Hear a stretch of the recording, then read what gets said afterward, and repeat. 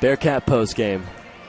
Another tournament edition as Lander fended off USC Aiken 93-81 here with Coach Omar Wattad. Things got very tight at the very end, but Jared Sherfield, 31 points. You got emotional talking about him yesterday. What did he mean to the squad again? He refuses to go home. He's a monster. He's a monster. You can see it in his eyes. He's got this killer instinct in him right now. On what day of the week is it? On Friday. On Thursday. Yeah, we played yesterday. Thursday and Friday. On Thursday, yeah. Thursday after Thursday is Yes. Friday. Yeah. On Thursday, yesterday, he didn't want his career to end. And I think if we'd have lost Young Harris, that potentially could have been the case. And so he was a man. And today he was a monster. And proud of him, love him, ambassador of the program. You know, our first recruit here is the staff, and I'm really, really, really proud of it. It's hard to put it into words, man. I mean, I don't talk about his game enough because I always talk about how he is as a person and how he steps up, yada, yada. The dude's nice, man. The dude's nice. He can shoot the three, spot. He can shoot it off handoffs, off pins. He can shoot it off the bounce. He can get to the cup. He's got float game, and he's got a finishing game, and he can Barkley post you. And he's a gazelle running the floor in transition. He's a dude. When he's ready and he wants to kill, nobody can check him, and I'm really proud of him. We talked about him literally fighting for his basketball life yesterday. Comes back today, career high in points for Lander, 31, and he got it on the windmill. He got it on. I feel a little bad. I may or may not have told him to windmill it. There was a lot of emotions going through all our heads, and man, good windmill, 31, beast. Look, man, I called the silly. I told over there in that other interview. I called a dumb timeout with 12 minutes left. I was just getting worried about the press to put us in an alignment, but I didn't have the foresight that potentially they could make one magical, potentially magical comeback. I mean, people say magical. It would have been magical if they'd have won. It would have been amazing. But really, it's awful coaching by me to attack it, and guys throwing it into hands and getting a little panicky. And then when the score starts to tilt another way, that pressure is real. That feeling is real. There was one of those timeouts. I mean, you could feel the grab. You could feel it. You could feel the tension. You cut it with a knife. It was so thick, and you could feel it. You could just feel it. And I just tried to keep them calm and keep them okay. We got to have some sort of plan.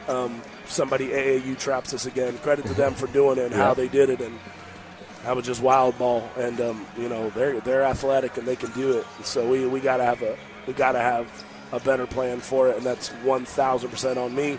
The guys were amazing defensively tonight. Obviously, until the runouts and the 90 turnovers. How many turnovers did 19? Yeah, baby. Yeah. I love it.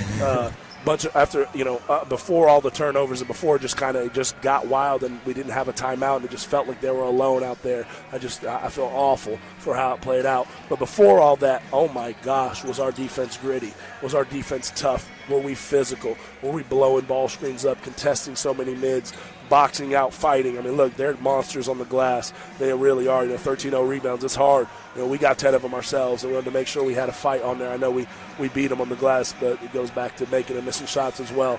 But let's keep it real. We got way more good looks from three than they did, in my humble opinion. They were far more contested than we were. And ultimately, you want to have a better shot, chart a better shot profile than them, meaning that you want to contest more shots than they contest on you. And I know for a fact we did that. And we're going to championship, baby. Yeah. Yesterday we shot 59% from the floor. Today only 58%. We're just shooting the ball well. We're getting those good looks, and we're putting it in. We got to talk about Jacob Cooper. He had the interview there on the PBC Sports Network. I mean, he was on triple-double watch today. He was just doing everything. I love the way that he was working on the boards early on. The passing was excellent. It's about as good as you can be in the first half with his assists. He was getting guys open. He was shooting the ball. He was getting to his spots where he was able to drive, and we know he can score at will. He has not looked like a freshman at all. No. He's not a freshman. Yeah. I can't remember the game. It was after a game. He did some just maybe 7, 8 games ago. We played a lot of basketball games, can't recall, but he was doing some silly stuff and silly fouls, silly turnovers. And I told him, I said, it's over, buddy. It's January, sometime mid-late January. So you're not a freshman anymore. And he's not. I mean, he's played enough games, got enough games in your belt. You had enough touches. You're the spear. You're the head of the snake, rather, on our offense as far as, he's got the rock, a lot. And so he's not a freshman. I'm proud of him, man. I left him on an island, man. Like, I left him on an island to be doubled by just athletic dudes. Oh, man, I really should have burned that timeout. I left him on an island to be doubled by athletic dudes. I need to find – I see Kevin Patterson over there. Yeah. I need to talk to him. He's the press king. He's the GOAT. He's the GOAT of the Peach Belt Conference. I need to talk to him and be like, hey, buddy, tell me what to do. Versus the trapping press. Seriously, though, the trapping's just random. That was random. And, it's Nova Southeastern-esque what they do. They trap you all over the floor. It's to speed the game up, and if you hit shots, it's great. But as you can see, it can turn on a dime with turnovers. And holy crap, that was nuts. I love Coop. I love this basketball team.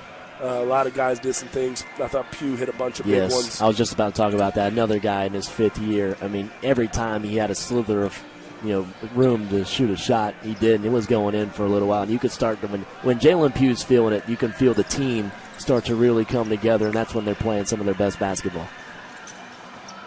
I told my brother that 2 months ago. Man, Graham, you know the game, man. You know the game, Lander. You do, man. You do. That's serious. You know the game.